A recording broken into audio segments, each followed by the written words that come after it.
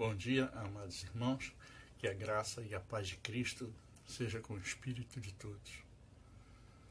Eu hoje resolvi fazer esse vídeo porque muitas pessoas têm nos instado acerca do porquê que tantas pessoas falam, dão explicações do reino de Deus, da sua justiça, que é o que mais importa, e falam da graça maravilhosa, a partir da Escritura. E por que eu não faço da mesma maneira, explicando a partir das Escrituras? Bom, uma coisa tem que ficar claro.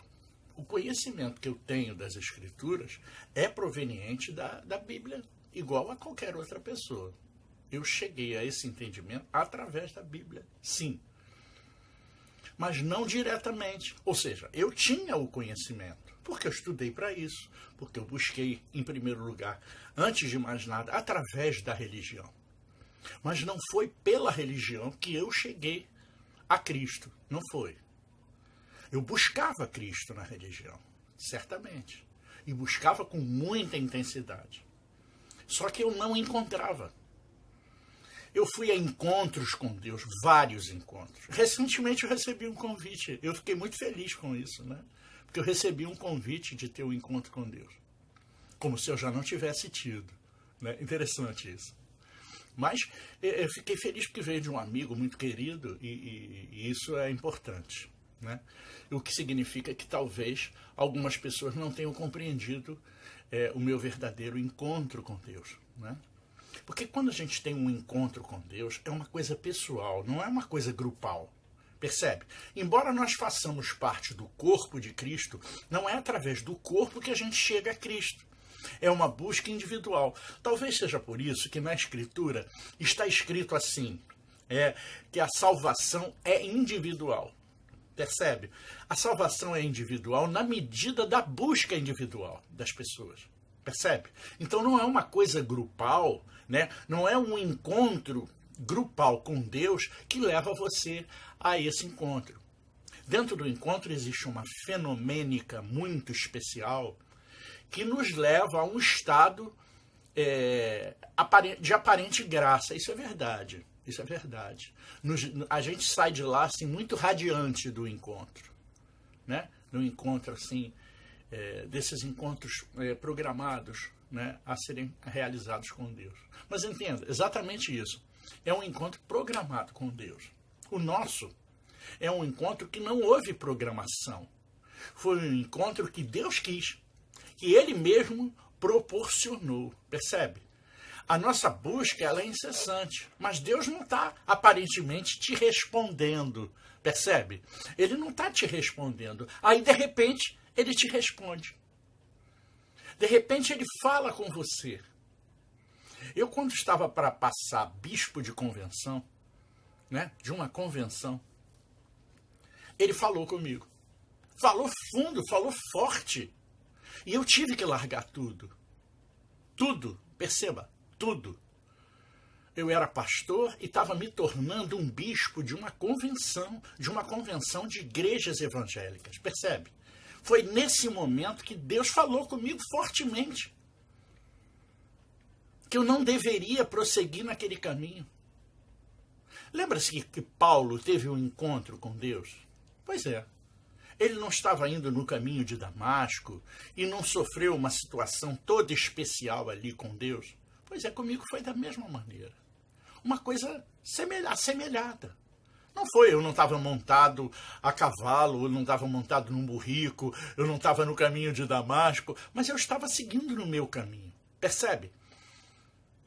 É quando a gente está buscando no caminho que a gente encontra com Deus. Lembra um Bartimeu? Bartimeu estava no caminho do Cristo. Quando ele foi colhido. Ele percebeu a chegada de Cristo e não se apartou dele.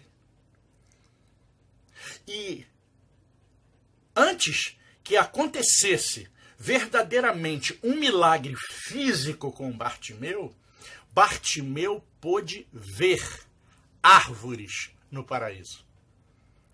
Então ele teve a sua visão aberta. Ele teve uma metanoia. Bartimeu deixou de ser um pedinte na beira do caminho para se tornar uma pessoa ousada que andava no caminho. Não mais como um mendigo, não mais como um cego pedinte, mas como uma pessoa atuante. Percebe? Aqueles que têm um verdadeiro encontro com Cristo mudam a sua condição de ser, não porque querem, mas porque a sua mentalidade mudou. A sua mente mudou. A caixinha passou a ser outra. Em vez da caixinha do Adão pecador, que é a mentalidade pecadora, que é a mentalidade que nós chamamos de diabo, que atua dentro de nós como a árvore do bem e do mal, não é verdade? A árvore do mal, ela está preponderantemente dentro das pessoas, por melhor que você queira ser. Ela prepondera dentro de nós. Ela sempre dá o ar da graça nos momentos mais inadequados possíveis para nós. Nos momentos de grande decisão, nos momentos de aflição, a árvore do mal atua. E o bem que você quer fazer, você não faz. Mas o mal que você não deseja, esse você faz. Com a mudança da mentalidade, isso estanca, percebe? E você tem um certo controle. Esse certo controle é chamado de domínio próprio, que é um fruto, é uma frutificação de você estar conectado à árvore da vida. De você estar conectado a Cristo através do batismo do Espírito Santo, que vem logo após o seu crer. Quando você crê no perdão de Deus. Entenda, gente. Se você não perceber que houve um perdão, você não tem alívio no seu coração. Percebe? Todos nós perseguimos ao Cristo com ênfase. Todos nós. Eu tenho certeza que você que está ouvindo esse áudio já buscou isso com intensidade. Muitos de vocês tiveram momentos de desânimo, como eu tive. Mas perceba, a busca não está relacionada a isso. A busca está relacionada ao novo nascimento. Porque Cristo disse, é preciso nascer de novo. Se você não ouvir isso com muita atenção e não buscar isso, você não entra no reino de Deus. Se não nascer de novo, não entra. Não entra. É simples assim. Não adianta você ficar uma vida inteira buscando Cristo. Você está buscando, mas você tem que encontrar.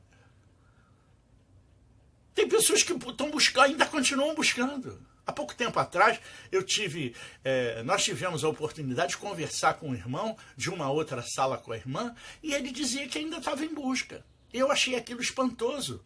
Porque como é que ele ainda está em busca? Então é porque ele não encontrou. Quem diz que está em busca é porque não encontrou. Quem está através da fé buscando a Cristo é porque não encontrou. Porque a fé nos leva a Cristo. E só. Ela cumpriu o papel da fé. É pelo dom da fé que nós chegamos à salvação. Aí nós passamos a viver como Cristos, entende? Então a gente pode até dizer, perceba, que a gente está vivendo na fé daquele que nos enviou. Eu uso essa expressão. Mas, na verdade, a fé em Cristo, ela me fez chegar a Ele. E só, e basta, acabou a fé ali. A fé cumpriu o seu mandato. Ela serviu ao seu propósito. Qual é o propósito da fé? É nos levar até Cristo. E através do perdão, nós encontramos. E aí vem o batismo do Espírito Santo e nos confirma. Nos confirma que somos filhos de Deus. Nos confirma que estamos salvos. Nos confirma que estamos perdoados. Percebe? Deus não imputa mais transgressão a você. E volto a falar para você parar com essa mania de querer julgar as pessoas através do seu entendimento tosco, pequenino e mesquinho, como o meu era há pouco tempo atrás. Não é porque você está salvo que você pode fazer qualquer despautério. As pessoas têm mania de dizer isso. Bom, agora, Deus não me imputa mais nenhum tipo de transgressão, não é? É. Eu digo, é. Aí você diz assim, mas então eu posso fazer o que quiser. Quem disse que uma pessoa que mudou a sua constituição, que mudou a sua natureza para a natureza de Cristo, é capaz de fazer esses despautérios? Assim, num átimo, sem pensar. Não é assim, amado. Não é assim. A pessoa que chega a Cristo, ela tem a mente de Cristo. Veja a mulher samaritana, como ela mudou. Veja Bartimeu, como mudou. A mulher do fluxo de sangue, não está escrito, eu tenho certeza que aquela mulher mudou a sua vida completamente. A mulher do gasofilácio mudou a sua mente. A mulher de Serepta mudou o seu comportamento, mudou o seu agir. Bartimeu mudou completamente a sua maneira de agir com as pessoas. Então não é você mudando, sacrificando a sua carne que você vai mudar as suas atitudes. Não é assim, muitos têm falado isso, é porque não entenderam ainda o perdão de Deus. É pelo perdão que a gente se sente um com todos. Um com todos. Então como é que eu quero fazer o mal ao meu irmão, se ele faz parte do mesmo todo que eu? Percebe? Se eu faço parte do todo, se eu sou um pedacinho do todo, um pedacinho de Deus sou eu.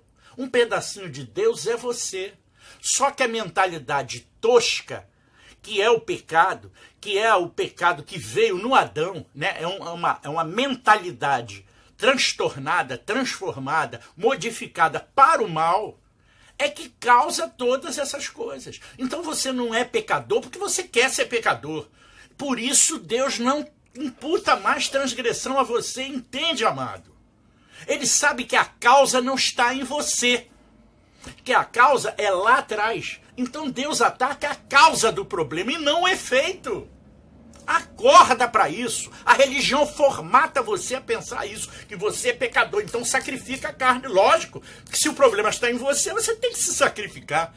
Mas a causa do problema não está em você.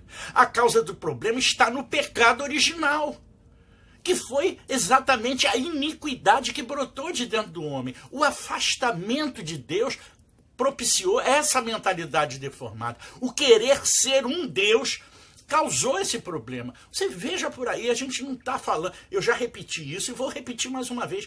Veja ao seu redor, todas as pessoas querem ser Deus, em mais ou em menos intensidade, mas todas querem. Você vê isso no Planalto, você vê isso no Senado, na Câmara, você vê isso nos juízes, você vê isso em todo canto, gente. É gente dando carteirada, é gente... Isso é soberba. A soberba é decorrente de um Deus, de alguém que se acha um Deus. Mas, na verdade, nós somos pequeninos deuses, com a mentezinha deformada. Mas a gente só é forte quando a gente está conectado ao todo. Eu já falei isso outro dia. Quando a gente está conectado ao Todo-Poderoso, é que nós temos o poder quando estamos juntos, mas não separados. Nós não somos todos separados, nós somos todos unidos. Esse é o princípio da unidade. Eu falei dos 7 princípios. Volto a insistir. Todo o poder emana de Deus e por ele é exercido. Nós obedecemos, ele é soberano sobre nós. O segundo é o amor, porque a gente tem que amar a Deus e ao nosso próximo. Ele diz, amai-vos como eu vos amei. Esse é o princípio do amor, que rege todas as coisas, para cima e para os lados. É uma cruz, percebe? Para Deus e para os nossos próximos. Quem são os nossos próximos? Cristo no seu irmão. Depois a equidade. Eu não posso me sentir bem vendo o meu próximo mal. Percebe? Mas isso já na nova mentalidade, porque mesmo que eu entenda na antiga, eu não consigo dividir. Aí eu vou pedir a um mediador para fazer isso por mim. Isso não serve. É você com o próximo. Não é o teu guru com o próximo. Não é o teu guia com o próximo. Não, é você com o teu próximo. Não adianta você abrir mão disso para ele. Ele não substitui você nisso. Agora, o único mediador entre você e o nosso Deus é Cristo, não tem outro. O velho pacto foi extinto pela morte de cruz. Não foi Cristo que extinguiu o velho pacto. Cristo, pela sua morte, fez um novo testamento. Um novo testamento, e deixou assinado esse novo testamento, com um único mandamento: amai-vos como eu vos amei. Então, se você não cumpre isso, você não está cumprindo o único mandamento que você tem que cumprir. Ele diz: amai-vos como eu vos amei. Ele deu a sua vida por amor de você e de mim.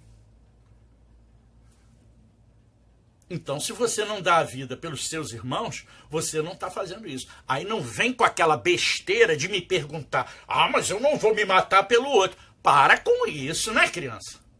Não faz pergunta elementar, porque a gente realmente não suporta esse tipo de pergunta. Isso é ridículo, gente. Acorda, não faz pergunta boba. Faz pergunta inteligente, que eu sei que você é inteligente.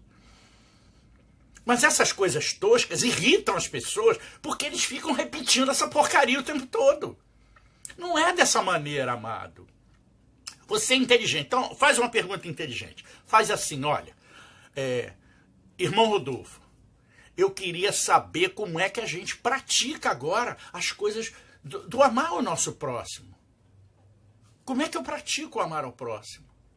Quando você se condói em todo o seu coração, quando você vê a desgraça alheia, quando você resolve colaborar de livre e espontânea vontade para ajudar um necessitado, um pobre, uma viúva.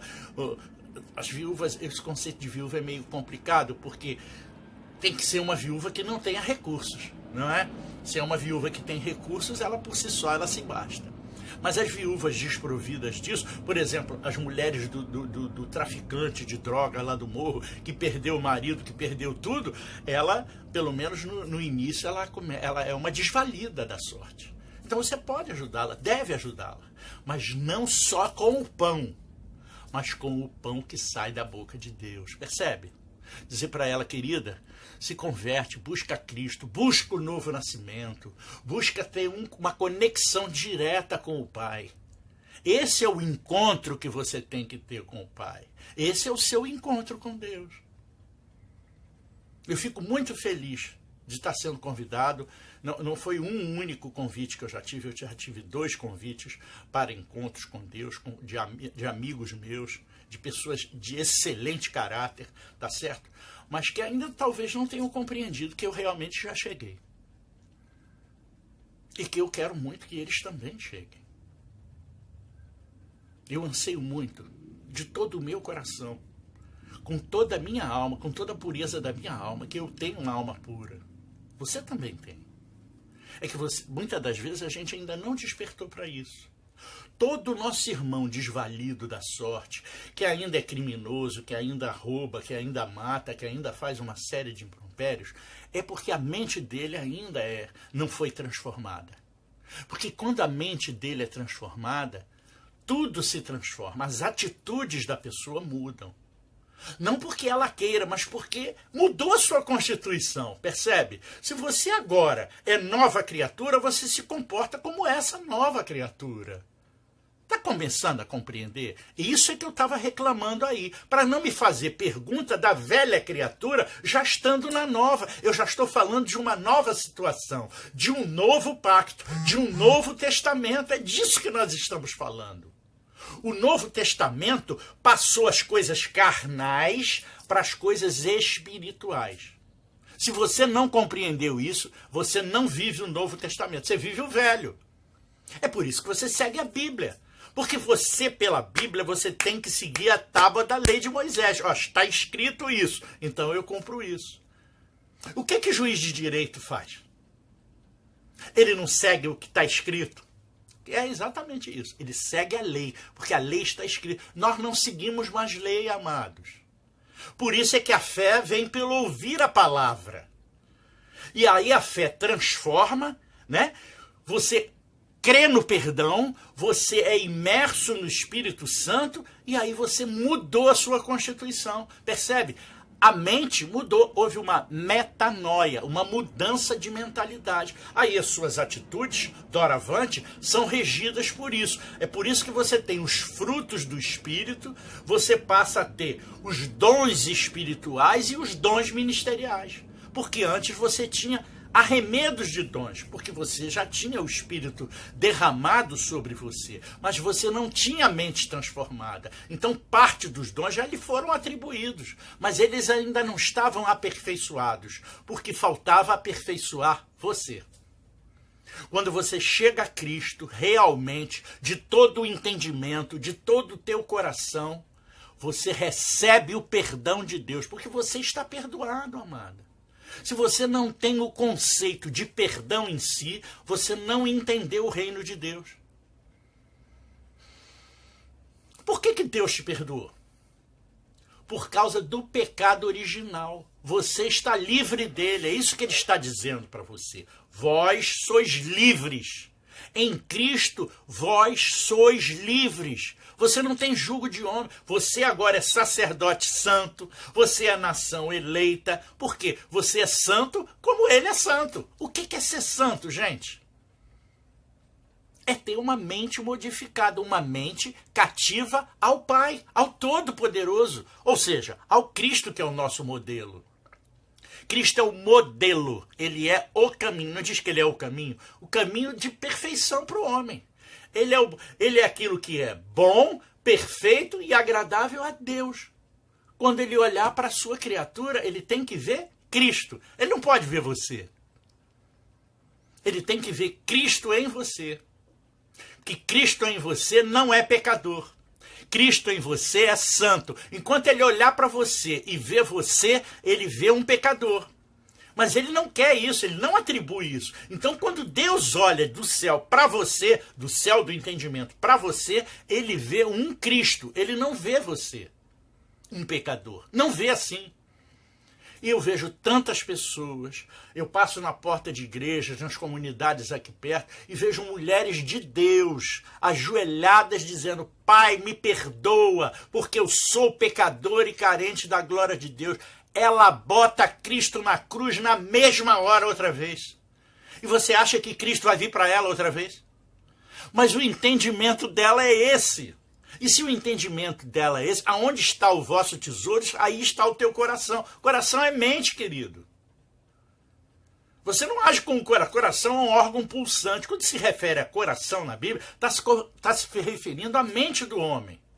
Aonde estiver o seu pensamento, ali está o seu tesouro. Se você diz que você é pecador, não há justificação de cruz que faça você estar justificado. Não é a sua própria morte que vai justificar você, não, porque você não creu. A questão essencial é o crer e ser batizado. Não é isso que é dito na Escritura? Gente, você lê a Escritura e não entende? Quem crê e é batizado está salvo. Por que está salvo? Porque creu. E porque foi batizado. O batismo significa que você é santo. E se você é santo, você passou a ser filho de Deus. Cristo foi gerado em você. Olha o Cristinho dentro de nós, nascendo para tomar leitinho. Outro dia tinha uma amiga comentando: por que as pessoas não falam acerca do leitinho que está sendo tomado? Porque você precisa tomar leitinho porque é muito entendimento que chega ao mesmo tempo. Então é preciso que alguém te oriente. Aí tem um outro irmão que diz assim: não, querido, você agora recebe direto do Pai. Tá certo. E se o seu entendimento for tosco? Quem aperfeiçoa você? Foi para isso que Deus deixou a mesa do Cordeiro. A mesa do Cordeiro é para fazer isso em memória dele até que ele venha. Para quê? Para que nós nos aperfeiçoemos uns com os outros, amados. Isso é relacionamento. É assim e é assim. Não adianta ser só assim. Você tem que aprimorar para os lados. Então você não congrega por causa disso? Ou você congrega onde você sabe mais do que os outros? Você é o guru? Aí voltou a condição de ser guru, percebe? Não pode ser assim. Se for assim, fica lá na religião, porque lá já tem um guru. Já tem uma pessoa que está acima de todas e que vai falar e todo mundo fica calado. Aí a palavra dele não é testada, como a de você que está falando isso isoladamente. Você não pode andar só, amados. Você não pode ser o guru de si mesmo. Você não pode ser o guru de um grupo que você sabe mais e os outros sabem menos. Você deve buscar pessoas que são do mesmo top que você, para que vocês vão crescendo juntos na graça e na sabedoria. Vão crescendo na graça e na sabedoria, até atingir os altos céus do entendimento. Foi para isso que Deus instituiu a mesa do Cordeiro. Não foi a ceia, como muitos falam dentro da religião. Isso está errado, esse conceito é errado. O conceito não é de ceia, o conceito é de mesa. E ela é para todos. Ah, porque não foi batizado? Ah, porque quem é ele para saber? Está dentro de você para saber se você foi batizado? No Espírito Santo? Porque na água não importa. A água não tem valor nenhum. A água é um símbolo. Então, batizar você na água ou não é a mesma coisa. Você comer um pedacinho de pão ou não é a mesma coisa. Agora, você comer a palavra e se relacionar com o próximo, isso é essencial. Isso é a mesa. Porque a mesa você come comida, que é a palavra de Deus, e bebe bebida, que é o entendimento que desce do alto. A bebida é essa. Embriaguei-vos do Espírito Santo. Você não está cheio do Espírito Santo? Ele vai te enchendo cada vez mais. Isso é se embriagar do Espírito Santo. Compreendeu? Mais um pouquinho de linguagem profética para você entender. Então, na mesa do Cordeiro, a gente come a palavra, a gente bebe o entendimento e a gente se relaciona com o próximo. Quem é o próximo? É Cristo no teu irmão. Então Cristo fala e você escuta. E aí o Cristo fala através de você e os outros escutam. Somos o quê? Corpo de Cristo. Compreenderam o que é corpo de Cristo? É assim. Essa é a mesa do Cordeiro que nós devemos fazer até que ele venha. Compreendeu o que é mesa do Cordeiro? Compreendeu por que a gente não parte da Escritura para explicar para você? Porque eu não cheguei a partir da Escritura. Eu cheguei a partir direto do Cristo em mim. Ele me tirou desse conjunto. Porque assim que eu tive esse entendimento, eu corri para contar para os meus irmãos. E o que eles fazem? Linha de oposição. Ah, porque você está doido. Ah, porque você está maluco. Ah, porque isso. Ah, porque aquilo. Ah, porque você se afastou de Deus. Olha, rapaz, você se afastou de Deus. Só porque você saiu de lá, da Babilônia. Você sair daquela Babilônia é uma coisa de sanidade que você está fazendo. Por quê? Porque ali é vucu, vucu, vucu, vucu, vucu o tempo todo. Você não consegue pensar. Você não pensa, você não tem um encontro com Deus, porque é muito vucu, vucu. Você precisa estar só para que o Pai fale com você. É na intimidade que o noivo se encontra com a noiva. E eles têm um momento de um interregno marital. Eles têm um encontro um com o outro. Eles se relacionam em intimidade. Eles passam a ser um. Isso é unidade. É o que eu estava falando desde o início. Isso é união. É o noivo ou a noiva. Esse é o casamento que tem que ter. Casamento não é o que a gente vê entre um homem e uma mulher. Casamento escrito na Escritura, na sua Bíblia, como você vê, não está falando de um homem se unir a uma mulher, não, amado. Está se falando do Cristo ter um encontro com a sua noiva. Eu já disse, a Bíblia é um livro código. Tudo que está escrito ali é para a área espiritual do homem. Não é para a área física. Deus não está te dando lei de Moisés para você seguir, amado. Isso já acabou. Enterra isso. A lei de Moisés foi extinta. Os 10 mandamentos são um. As tábuas da lei estão dentro de você quando você é batizado no Espírito Santo. O Cristo todo você comeu, percebe? Você comeu o Cordeiro todo. Agora você tem que digerir na mesa. Cada palavra nova que você está recebendo e que você está compartilhando com os demais ali, faz com que mais um pedacinho do Cordeiro seja digerido, ou seja, seja entendido por você. Mas não fica estudando a Bíblia. Você não precisa fazer isso. Você precisa entender o que Cristo quer através do seu reino.